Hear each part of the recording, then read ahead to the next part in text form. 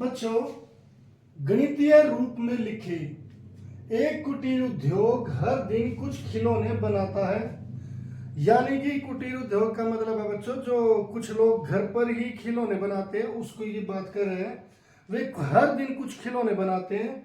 प्रत्येक खिलौने का मूल्य 55 रुपये में से एक दिन में बनाए गए खिलौनों की संख्या को घटाने से प्राप्त संख्या के बराबर है। अब उसने ये सीधा सीधा नहीं बताया कि वो एक दिन में कितने खिलौने बनाता है। हाँ, बस ये बताया है कि मान लो वो एक दिन में कुछ खिलौने बनाता है, तो वो संख्या किस तरीके से प्राप्त हो सकती है कि 55 रुपये में से जो उसने उस दिन खिलौने बनाए हैं, अगर आप उसको घटा दो तो उसके बराबर, यानी कि उसका मूल्य प्राप्त हो जाएगा। प्रत्येक खिलौने का मूल्य तब प्राप्त होगा कि 55 रुपये में से जितने उस दिन उसने खिलौने बनाए हैं वो संख्या घटा दो तो मूल्य प्राप्त हो जाएगा। तो उसने डायरेक्ट कुछ नहीं बताया। किसी एक दिन कुल निर्माण किए गए खिलौनों की संख्या बताए। ओह, यहाँ पर एक लाइन रह गई बच्चों। किसी दिन जो कुल मूल्य एक दिन में बनाए गए खिलौनों का कुल मूल्य 750 रुपये भी दिया था बच्चों। उसने कितना? 750 रुपये भी दिया था। हमें खिलौनों की संख्या बतानी है। तो बच्चों, हमें क्या नहीं पता? देखिए, हमें खिलौनों की संख्या नहीं पता, और अगर खिलौनों की संख्या पता चल गई तो क्या मैं उसका मूल्य निकाल सकता हूं? देखिए, मूल्य निकालने के लिए क्या करना है कि 55 में से जो खिलौनों की संख्या है वो घटा देंगे। यानी कि अगर मुझे खिलौनों की संख्या ही पता चल गई तो मैं 55 माइनस वो खिलौनों की संख्या कर दूंगा। जैसे मान लो आज उसने खिलौने 5 बनाए हैं, तो 55 माइनस 5 कर दूंगा तो क्या आ जाएगा? 50 आ जाएगा। 50 क्या होगा? उसका मूल्य। तो पता चल गया। तो इसका मतलब मुझे केवल एक चीज ही मानने की जरूरत है। वो क्या चीज है? वो है खिलौनों की संख्या। तो बच्चों, यहां पर हम हल में क्या लिखेंगे कि माना खिलौनों की संख्या,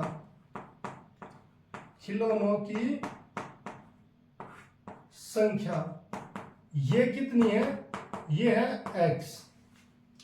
अब बच्चों, उसने प्रश्नानुसार जो खिलौनों का मूल्य बताया, प्रश्नानुसार खिलौनों का मूल्य कैसे मिलेगा? खिलौनों का मूल्य वो कैसे मिलेगा बच्चों कि जो 55 रुपये है उसमें से अगर x घटा दे तो खिलौनों का मूल्य भी मिल जाएगा।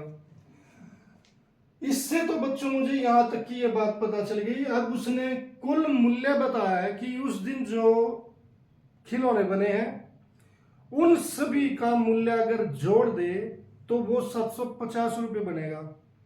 तो खिलौनों का मूल्य जोड़ेंगे कैसे कि बच्चों, जो एक एक करके हम खिलौनों का मूल्य जोड़ते हैं उसका मतलब होता है कि गुणा कर दो।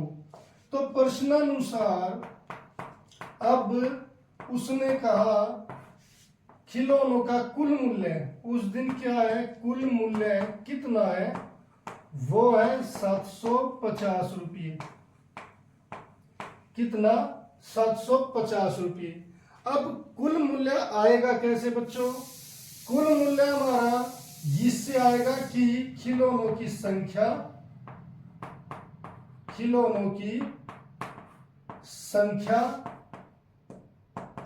यहां पर इसलिए लिख दो, इसलिए खिलौनों की संख्या अगर इसे गुणा कर दे खिलौने के मूल्य से, यानी कि एक खिलौने के मूल्य, एक खिलौने का मूल्य अगर आप इसे यहां पर हम गुणा कर दे तो कितना बनेगा बच्चों? 750। यानी कि यहां पर खिलौनों की संख्या कितनी है? x, और एक खिलौने का मूल्य कितना है? 55 माइनस x, और ये कितना हो गया? 750। अब बच्चों इससे गुणा करो तो पहले 55 के साथ गुणा तो ये आ जाएगा 55x, फिर है माइनस, फिर x की गुणा x से आ जाएगा x स्क्वायर बराबर 750। अब बच्चों यहाँ पर ये समीकरण x स्क्वायर यानी कि x स्क्वायर है, x है और कांस्टेंट है। आप सभी को एक साइड ले लो और जो x स्क्वायर है उसे हम आगे लिखेंगे और इसे पीछे। अब कई बच्चे इसे जब आगे लिखते हैं तो इसका साइन चेंज कर देते हैं।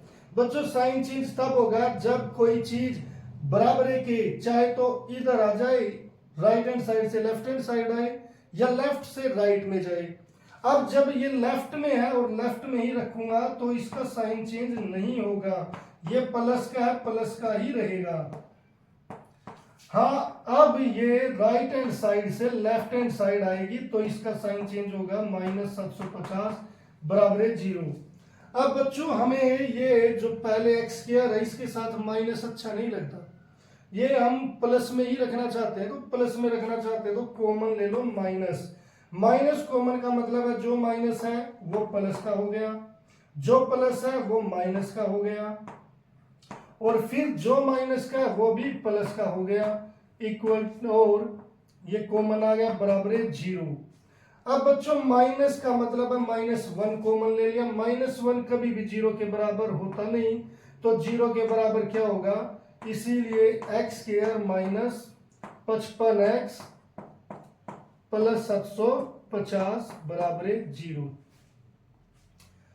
अब बच्चों जो यहां पर हमारा ये इक्वेशन है, ये खिलौनों की संख्या x है, तो ये जो इक्वेशन है ये खिलौनों की संख्या के उसमें आ गई रूप में x स्क्वायर x इसमें आ गई, यानी कि खिलौनों की संख्या इस इक्वेशन को संतुष्ट करेगी। अगर हमें खिलौनों की संख्या निकालनी है तो इस इक्वेशन को सोल्व करना पड़ेगा, मगर यहाँ पर हमें केवल गणितीय रूप में लिखा है तो हम लिखेंगे इसीलिए खिलौनों की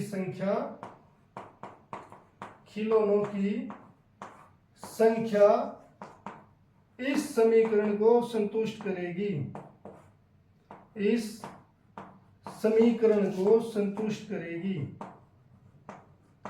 समीकरण को संतुष्ट करती है, संतुष्ट करती है। इससे हमें बच्चों इसे सॉल्व करने के बाद हम ये खिलौनों की संख्या भी आ जाएगी। अगर मान लो खिलौनों की संख्या 27 आई तो 55 में से 27 घटा दो तो खिलौनों का मूल्य भी आ जाएगा।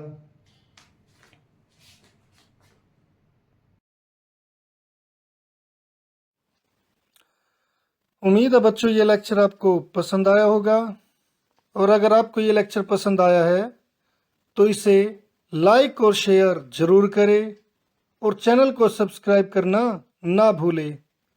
तो मिलते हैं फिर नेक्स्ट लेक्चर में, तब तक के लिए bye, have a nice day.